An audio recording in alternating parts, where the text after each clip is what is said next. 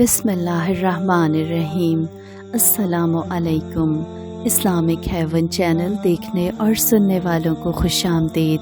अगर आपको वीडियो पसंद आए तो उसे लाइक शेयर कीजिएगा, चैनल को सब्सक्राइब कीजिएगा और बेल आइकन को ज़रूर प्रेस कीजिएगा ताकि हर नई आने वाली वीडियो आपको बर वक्त मिल सके। हज़रत हबीब अजमी रहमतुल्लाह अलैह इब्तदान तवंगर थे। बसरा में बहुत बड़े साहूकार थे, सूद लेते थे और कर्ज ख्वाहों की तरफ रोज़ाना कर्ज़े के तकाज़े के लिए जाया करते थे। अगर सूद अदा ना करते तो आमदोरफ्त का खर्च उनसे तलब करते, जिससे अपना गुजारा करते। एक दिन आप एक मकरूज़ के यहाँ तकाज़े के लिए गए, मगर वो घर पे मौजूद ना था। उसकी बीवी ने जवाब दे दिया कि मेरा शौहर घर में नहीं है और मेरे पास कुछ भी नहीं है कि मैं आपका कर्ज अदा कर सकूं। अलबत्ता आज एक बकरी ज़िबाह की थी जिसकी सिर्फ गर्दन बाकी है, अगर तुम चाहो तो ले सकते हो। चुनांचे आप बकरी की गर्दन ही लेकर अपने घर आ गए और बीवी से कहा कि ये सूद के बदले ली है, इसे पकाओ। आपकी बीवी ने कहा कि लकड़ी और रोटी नहीं है। ये सुनकर आपने कहा कि अच्छा, मैं जाता हूँ और सूद के तरीक़ पर ही रोटी और लकड़ी भी लाता हूँ। चुनांचे दूसरे मकरूज़ लोगों की तरफ गए और किसी से लकड़ी और किसी से रोटी सूद के तौर पर लेकर आ गए। चुनांचे आपकी बीवी ने वो बकरी की गर्दन पकाकर जब खाने के लिए सालन निकालने का इरादा किया तो बाहर से किसी सवाली ने सवाल किया। आपने जवाब दिया कि चले जाओ, तुम्हें कुछ नहीं मिल सकता। जिस कदर तुझे दिया जाएगा तू अमीर हो जाएगा और हम फ़कीर हो जाएंगे। चुनाचे साइल नाउम्मीद होकर वापस चला गया। उसके वापस चले जाने के बाद जब आपकी बीवी ने सालन निकालने के लिए हंडिया में चमचा डाला तो अल्लाह की कुदरत से वो गोश्त खून की सूरत में तब्दील हो चुका था। चुनाचे उसने निहायत अफसोस और हैरानी के साथ शौहर को मुखातिब करके कहा कि देख, तेरी कंजूसी और शोखी ने क्या रंग इख्तियार किया।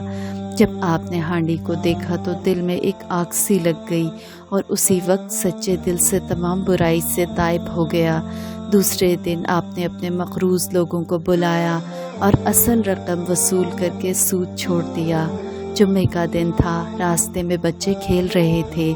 जब उन्होंने आपको देखा तो कहा, ए बच्चों, दूर हट जाओ, हबीब सूदखोर आ रहा है, कहीं उसके पाँव की गर्द हम पर ना पड़े ताकि हम भी उसकी तरह बदबख्त ना हो जाएं।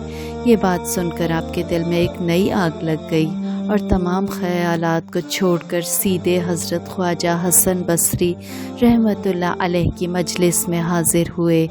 इत्तफ़ाक़ की बात है कि वहाँ जाकर जो बात सुनी वो जल्दी पर तेल का काम कर गई। फिर तौबातुन नुसूह की और वापस आ गए। आते हुए रास्ते में एक जाल वाला पर नज़र पड़ी। जो ही उसने आपको देखा भाग निकला।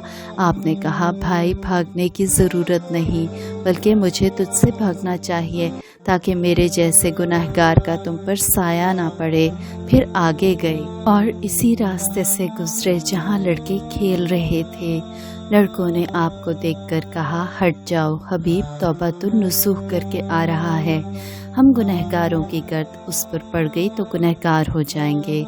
ये बात सुनकर आपके दिल में एक और बात पैदा हुई और दिल ही दिल में कहा, इलाही, सिर्फ एक ही दिन में तूने मेरी तौबा का असर अपने दोस्तों तक पहुंचा दिया और मेरी नेकी को जाहिर कर दिया। इसके बाद आप घर पहुँचे, लोगों को जमा करके कहा, जिस किसी का माल मेरे पास है ले जाए। चुनाचे तमाम का तमाम माल दे दिया और अपना माल भी अल्लाह की राह में तकसीम कर दिया। जब आपके पास कुछ ना रहा तो एक शख्स ने आकर अपना कोई हक़ मांगा, जिसके एवज़ आपने अपना पैरहन उतार कर दिया। उसके चले जाने के बाद एक और आदमी आ गया जिसे अपनी बीवी की चादर देकर खलासी करवाई। अब दोनों मियाँ बीवी नीम बरहना थे। दरियाए फ़रात के किनारे एक इबादत गाह बनाकर रियाज़त में मशगूल हो गए। सारा दिन हज़रत ख्वाजा हसन बसरी रहमतुल्लाह अलैह की मजलिस में हाजिर रहकर इल्म दीन सीखते और रात को बारगाह इलाही में हाजिर रहते। अरसे तक यही हाल रहा। ایک دن آپ کی بیوی نے کہا کہ گھر میں بالکل خرچ نہیں ہے۔ آپ نے فرمایا کام پر جاتا ہوں، جو مزدوری ملے گی وہ لا کر تجھے دے دوں گا۔ چنانچہ کئی روز اسی طرح کرتے اور تمام دن عبادت الہی میں گزار دیتے، پھر شام کو خالی ہاتھ گھر چلے جاتے۔ جب بیوی مزدوری کے لیے سوال کرتی تو فرماتے جس کے ہاں میں نے مزدوری کی ہے وہ بڑا کریم ہے، مجھے اس سے مانگتے ہوئے شرم آتی ہے۔ وہ کہتا ہے کہ ہر 10ویں دن اجرت لے لیا کرو۔ چنانچہ 9 دن تک آپ اسی طرح روز دن کو عبادت گاہ چلے جاتے اور رات کو واپس آ جاتے۔ 10ویں دن تک اس خیال سے کہ اب جا کر بیوی کو کیا جواب دوں گا شرمندہ ہو رہے تھے اور آہستہ آہستہ تشریف لا رہے تھے کہ اسی اثناء میں اللہ تعالیٰ نے اپنی قدرت کاملہ سے آپ کے گھر میں آٹا، گھی اور 3000 درہم اور دیگر ضروریات کی چیزیں بھجوا دیں اور کہا کہ 10 دن کی مزدوری ہے، اگر زیادہ کام کرو گے تو اجرت زیادہ دوں گا۔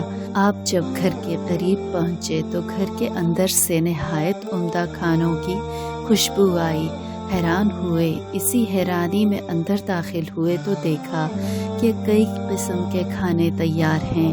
بیوی نے خوشی خوشی کہا کہ وہ تو بہت ہی نیک بخت ہے جس کی تم مزدوری کرتے ہو، اس نے آج یہ چیزیں اور 10 دن کی مزدوری کے طور پر بھیجی ہیں، کہلا بھیجا ہے کہ کام زیادہ محنت سے کرو تو میں مزدوری زیادہ دوں گا۔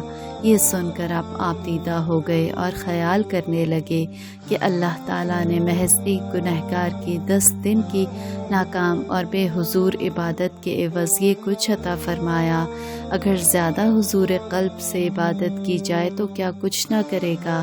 یہ کہہ کر بالکل ہی دنیا سے منہ موڑ لیا اور عبادت الہی میں مصروف ہو گئے اور غوث کی منزل پر پہنچ گئے۔